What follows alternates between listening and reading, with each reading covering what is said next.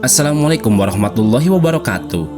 Sahabat beriman, kehadiran bulan suci Ramadan yang penuh berkah kini telah berada di hadapan kita. Sudahkah batin dan fisik kita benar-benar siap untuk menjalankan ibadah puasa secara utuh selama 1 bulan penuh?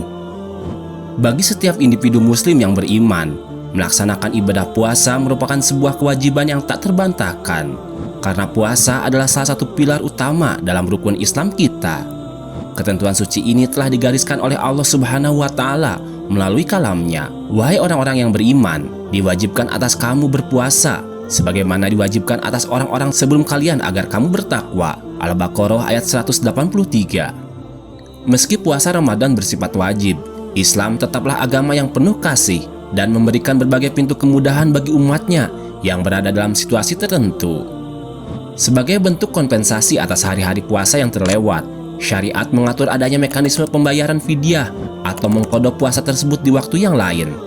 Lantas golongan orang dalam kondisi seperti apakah yang sebenarnya diperbolehkan untuk tidak berpuasa?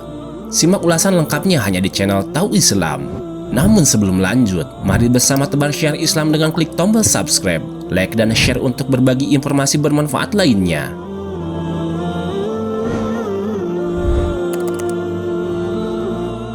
Yang pertama tertuju pada mereka yang sedang diuji dengan penyakit. Seseorang yang didera sakit parah hingga mengharuskannya beristirahat total di tempat tidur, atau mereka yang asupan nutrisinya harus dibantu melalui selang infus. Secara syariat diperbolehkan untuk tidak menjalankan ibadah puasa. Ketentuannya jelas, yaitu jika nanti kesehatannya telah kembali pulih, barulah ia wajib mengganti seluruh hutang puasa yang telah ditinggalkan tersebut. Keringanan ini juga mencakup para pejuang kesehatan seperti penderita gagal ginjal yang harus rutin melakukan prosedur cuci darah.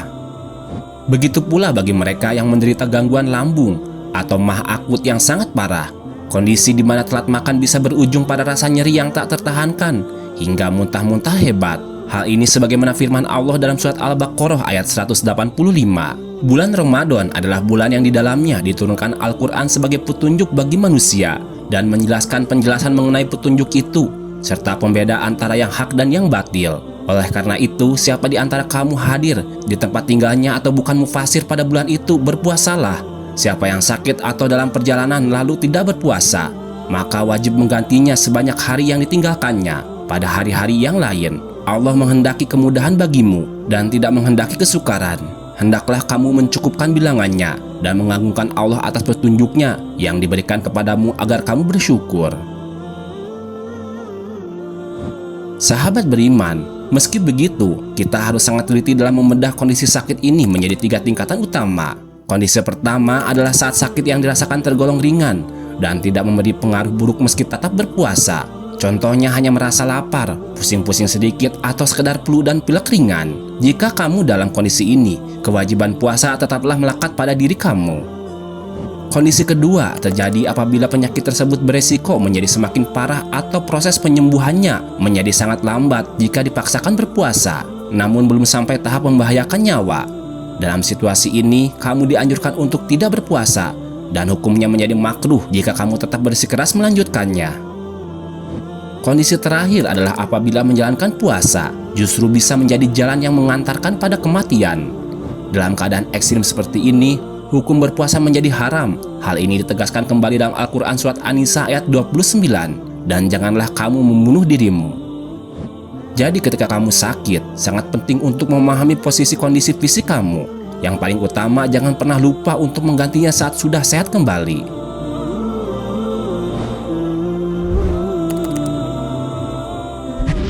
Sahabat beriman, golongan berikutnya yang mendapatkan perhatian khusus adalah para wanita yang sedang hamil atau menyusui. Mereka diizinkan secara syar'i untuk tidak berpuasa apabila dikhawatirkan hal tersebut akan mengganggu kestabilan fisik sang ibu atau beresiko membahayakan keselamatan bayi yang sedang dikandung maupun yang sedang disusui. Bagi ibu yang sedang menyusui, keringanan ini berlaku misalnya karena ada kekhawatiran yang nyata bahwa produksi ASI akan berkurang drastis sehingga kebutuhan nutrisi sang anak tidak terpenuhi. Aturan ini bukan tanpa alasan, sebab Rasulullah SAW pernah bersabda, sesungguhnya Allah Azza wa Jalla meringankan setengah sholat untuk para pengembara atau musafir, serta memberikan keringanan berpuasa bagi musafir, wanita yang mengandung, dan wanita yang menyusui. Hadis riwayat An-Nasai dan Ahmad. Terkait cara menggantinya, terdapat 3 perbedaan pendapat di kalangan para ulama. Al-Jassas rahimahullah bersama Al-Hasan dan Atta berpandangan bahwa ibu hamil dan menyusui cukup melakukan qada saja tanpa perlu fidyah. Sementara itu, Ibnu Abbas berpendapat bahwa mereka cukup membayar fidyah saja tanpa perlu mengqada. Di sisi lain, Ibnu Umar dan Mujahid memiliki pandangan yang lebih berat, yakni kewajiban fidyah sekaligus qada. Meski demikian, pendapat yang dinilai paling kuat dan banyak diikuti adalah cukup dengan melakukan qada puasa saja.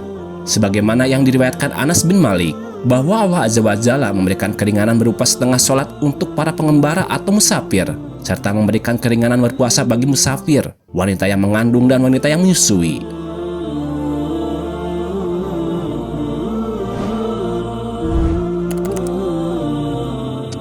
Musafir atau mereka yang sedang menempuh perjalanan jauh, berpuasa memang wajib. Namun bagi kamu yang sedang bersafar, apakah sebaiknya tetap berpuasa atau lebih baik membatalkannya? Jawabannya ternyata bersifat situasional, sangat tergantung pada kualitas fisik masing-masing. Jika fisik masih terasa prima dan perjalanan tidak terganggu, maka tetap berpuasa adalah hal yang lebih utama. Namun jika perjalanan tersebut sangat menguras tenaga dan melelahkan, maka sangat disarankan untuk berbuka. Ulama memberikan 3 kriteria utama agar perjalanan bisa dikategorikan sebagai alasan sah untuk tidak berpuasa. Pertama, jarak perjalanan harus mencapai minimal 80 km, yang mana jarak tersebut juga merupakan batas dibolehkannya sholat jamak dan qashar. Kedua, niat dan tujuan perjalanan haruslah untuk kebaikan, bukan untuk melakukan perbuatan maksiat. Ketiga, perjalanan tersebut bukanlah merupakan rutinitas pekerjaan sehari-hari. Sebagai contoh, seorang supir bus antar kota yang setiap hari menempuh jarak jauh sebagai pekerjaannya, ia tetap tidak diperbolehkan secara sengaja membatalkan puasanya sepanjang bulan Ramadan, karena jika dilakukan, ia akan kehilangan esensi dan hikmah dari bulan yang penuh berkah ini. Akan tetapi, sopir tersebut tetaplah mendapatkan kemudahan jika di tengah jalan ia merasa sangat kelelahan yang luar biasa, hingga merasa akan jatuh sakit jika tetap memaksakan puasa. Terkait pengembara ini, Hamzah bin Amr al-Aslami pernah bertanya kepada Rasulullah SAW mengenai ketentuannya untuk tetap berpuasa saat safar.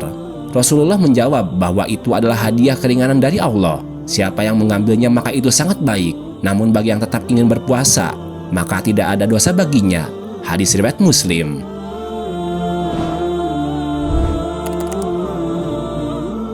Bagi perempuan yang berada dalam dua kondisi ini, secara otomatis mendapatkan keringanan untuk tidak berpuasa. Kita tahu bahwa nifas adalah masa setelah seorang ibu berjuang melahirkan buah hatinya yang biasanya berlangsung selama kurang lebih 40 hari dengan disertai keluarnya darah. Dari sudut pandang medis, kondisi nifas ini memang sangat berat karena wanita kehilangan banyak darah, sering merasakan nyeri di area perut, rentan terkena migrain, hingga memiliki resiko tinggi terhadap infeksi. Oleh karena itu, puasa boleh ditinggalkan namun wajib segera diganti setelah masa nifas itu benar-benar selesai. Islam sebagai ajaran yang sangat memanusiakan manusia, sangat memahami keterbatasan ini. Hal ini sejalan dengan hadis dari Ibunda Aisyah radhiyallahu anha yang menyatakan, kami diperintahkan untuk mengqada puasa, namun tidak diperintahkan untuk mengganti sholat yang ditinggalkan saat masa haid tersebut. Hadis riwayat Muslim.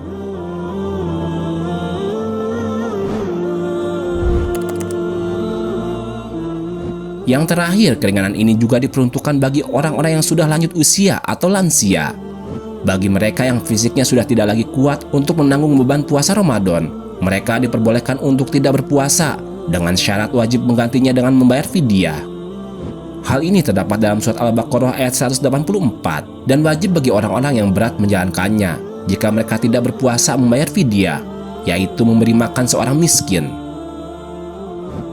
Aturan ini juga berlaku bagi umat muslim lain yang mengidap penyakit kronis dan secara medis sudah tidak ada lagi harapan untuk sembuh. Sebagaimana yang disampaikan oleh Ibnu Qudamah dalam kitab Al-Mughni, orang sakit yang tidak diharapkan lagi kesembuhannya disamakan kedudukannya dengan orang tua renta. Mereka boleh tidak berpuasa dan menggantinya dengan memberi makan orang miskin untuk setiap hari yang mereka tinggalkan.